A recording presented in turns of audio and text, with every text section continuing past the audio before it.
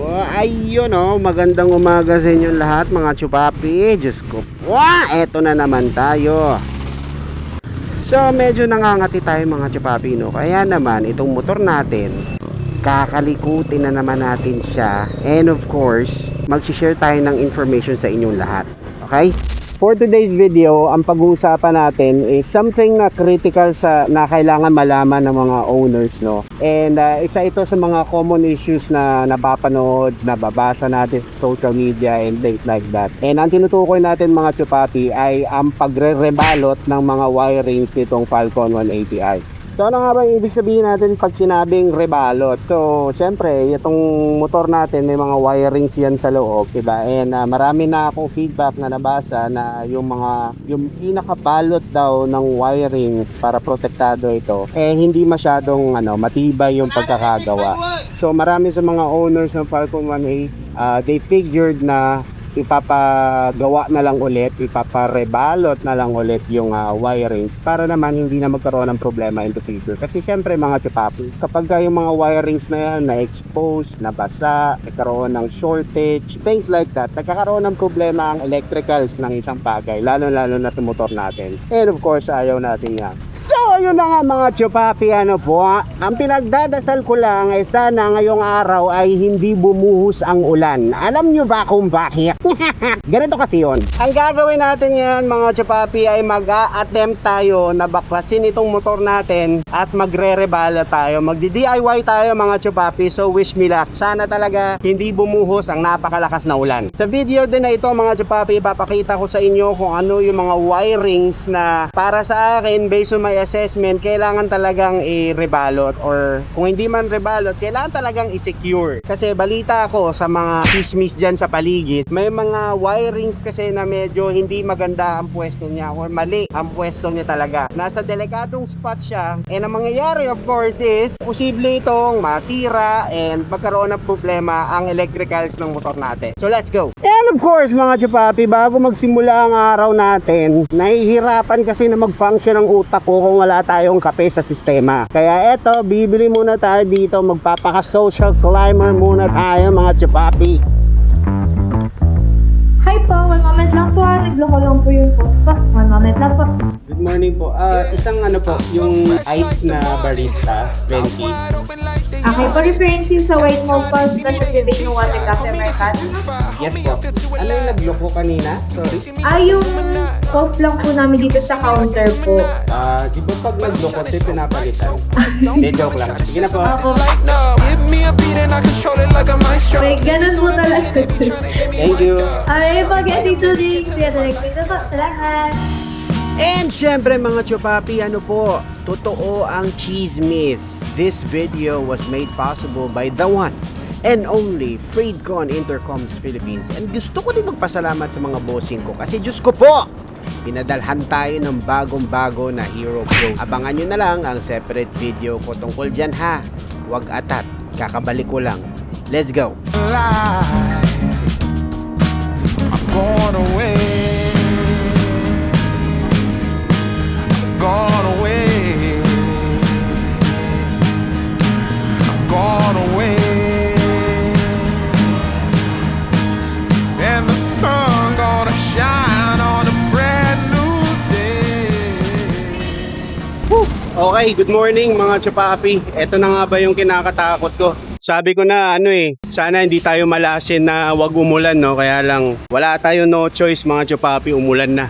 Ngayon share ko lang sa inyo yung plano natin mga chupapi Ang gagawin natin is babaklasin natin to, iaangat natin itong upuan para ma-expose natin yung kaloob-looban yung sa makina. And then of course, yung madalas na sinasabi ng karamihan na yung mga wirings daw nito na kailangan i-rebalot. Mag-attempt tayo na i-rebalot yan, magdi-DIY tayo as usual. Yun naman yung laging laman ng page natin or ng channel natin. Lagi tayo nagdi-DIY. I-attempt natin, hahanapin natin lahat ng wires na kailangan i-rebalot. And at the same time, yung very common na sinasabi ng karamihan sa mga social media na pages, mga groups, na yung ignition coil daw nito. Ngayon sa mga hindi nakakaalam yung ignition coil ng Falcon 180i, hindi ko rin magets kung bakit dito nila pinwesto sa ilalim. So mamaya babaklasin natin to para ma-expose yung ignition coil. Hindi ko alam kung kita dito mga chupapi Ayan siya oh. So nasa ilalim yung ignition coil, hindi pala dito banda.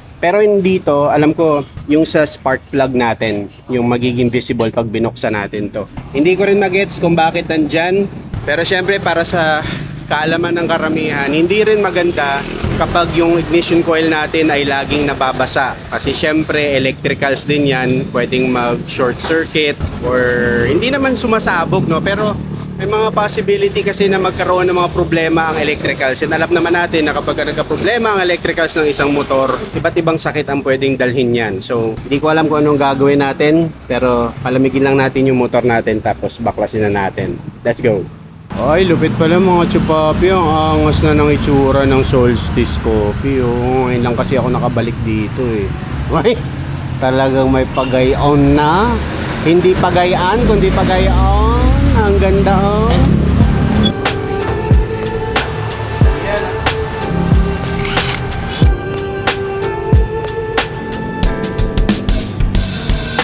Writing in the margins of my mind all day, sipping herbal in the morning just to feel okay. Had a dream I was water just flowing through space, till I landed on the record that my grandma would play. Talk sweet like jazz in the park after rain. What the grass smell green and the air feels sane. Put the phone on mute, let the silence explain. I don't need much, just a book in the brain. Used to chase. Okay, so meron pin lock dito, pin lock, screw. Ayan, kailangan matanggal din natin tong grab bar. Tapos may 4 na pin lock dito mga chupapi. Ayan. Ayan dito. Similar din siya sa ADV kung paano nyo hubaran yung ADV. And then next na kailangan natin matanggal is ito. Ayan. 8 ata ito. Ayan. Kailangan natin matanggal yan dyan. Hindi ako sure kung meron dito sa loob Ayun. Meron din dito. So kailangan natin matanggal yan mga chupapi para itong upuan may angat natin. Walking with truths, ain't no answers in the feed, just noise and flex. But I found God once in a vinyl set. Talk slow when I speak, let the moment stretch. Learn peace ain't found, it's a thing you protect. Ba pala yung size na ito? 9 ba to? Oh, G's nga mga chupapi. Ayan. They move fast, but I drift like smoke. Let the rhythm in my chest be the way I cope. Wrote a song for the days that feel soft and broke. What a healing, don't shout, but it still got hope. Let it ride, let it be, let it be what it be. Got a breeze in my chest and the thought run free. I don't rush, I don't race. Okay, so next natin mga chupapi, kailangan ito mahila nyo to. Huwag kayong matakot, diba nakadikit yan dyan kanina. Kailangan mahila nyo yan. Yan, para ma-expose na natin to at may angat na natin yung upuan. Pero syempre, itong ibang parts kailangan maluwagan din natin to dito. Yan. I just float on 3. Got a vibe in my soul, got a life on key. Let it ride, let it breathe, let it roll like that. Got the world in my cup. Okay, so nabaklas na natin yung upuan. Buo yan mga chupapi, huwag nyo nang tanggalin yung part na yan, huwag na.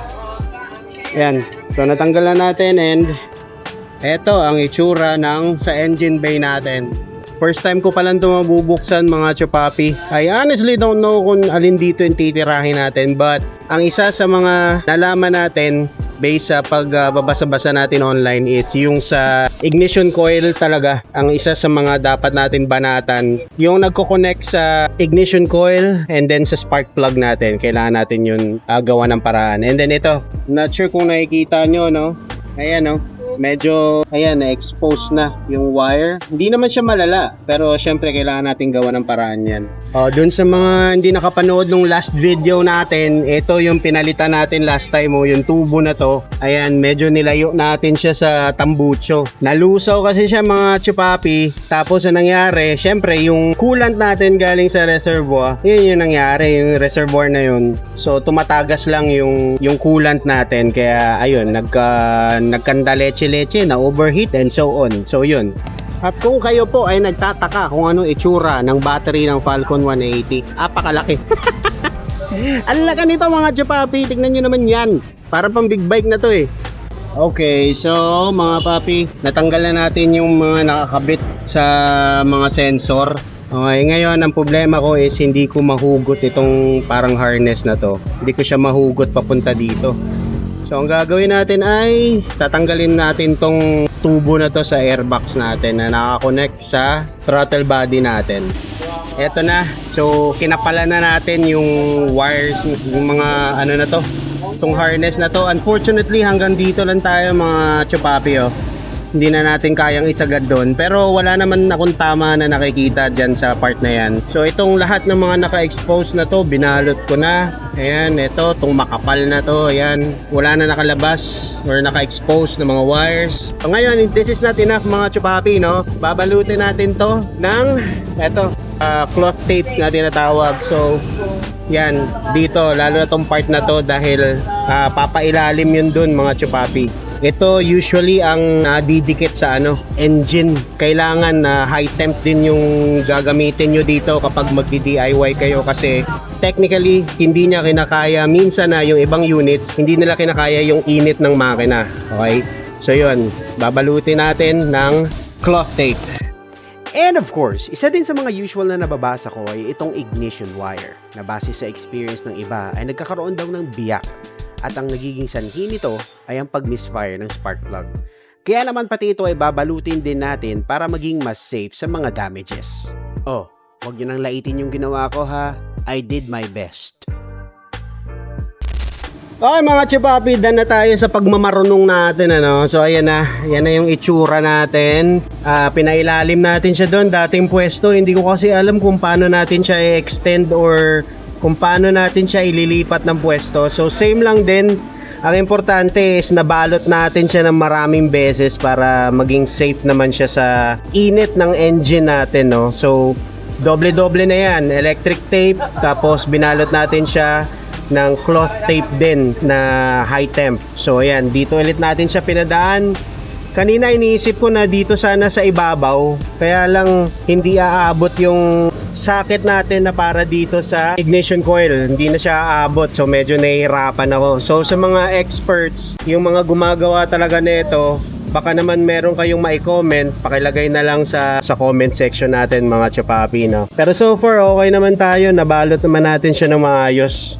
O diba? So nanginginig na tayo. Ang hirap maging 40 mga chupapi. Konting tuwad lang, ang sakit na ng likod ko. Pero anyways, nagawa naman natin ng maayos. Next is kailangan na lang natin ibalik yung mga pinagtatanggal natin. And hopefully, wala tayong mamiss na kung anumang tornilyo, no? Kasi ayan, may mga tornilyo tayo dito. Ayan, nakakalat. Ang hirap magmarunong pero I think kakayanin naman yan. Importante na ibalik natin ng maayos itong mga sockets natin, yung mga wires dito. Nabalot naman natin as intended. Okay? So, good. Looks safe. Let's go.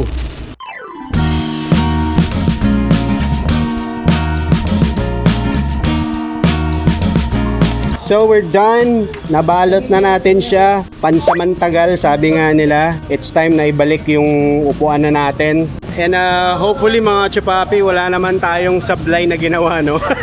And I don't think meron naman kasi hindi naman talaga major yung tinira natin. Although delikado ang wirings, pero syempre yung ginawa kasi natin is parang ni-reinforce lang natin yung balot niya. So naribalot natin to make sure na yung mga nakita nyo kanina na mga biyak or yung parang napunit is mas maging safe siya. So that's what we did for prevention lang yon sa mas malaking problema in the future. So anyways, so dun sa mga nagbabalak na mag-DIY in the future, panoorin nyo na lang yung video. Hindi ko man binigay ang exact steps natin, pero kitang-kita nyo naman yung mga ginawa natin sa paghubad hanggang sa pinakita ko yung finished product natin or yung ginawa natin sa wirings ng ating Falcon 180i. Okay? Let's go! Okay, so like I said sa video mga chupapi, nagmarunong lang ako at hindi naman talaga expert sa mga ganitong bagay. Gusto ko lang din ipakita sa inyo na kung meron kayong tiyaga, then definitely kaya nyo naman din gawa ng paraan ang mga ganitong issues sa motor natin. On this episode, sinare ko sa inyo ang usual na naririnig ko at pinakita ko din na kaya nyo naman gawa ng paraan. Isa lang ang reminder ko kung Falcon owner ka, huwag mong papabayaan ang mga ganitong bagay. Siguraduhin na mag-schedule kayo ng preventive maintenance para naaagapan nyo ang mga posibleng malalaking problema. Hanggang sa muli, otits mo to and enjoy lang lagi mga chupapi and ride safe. Bye-bye. motorboat.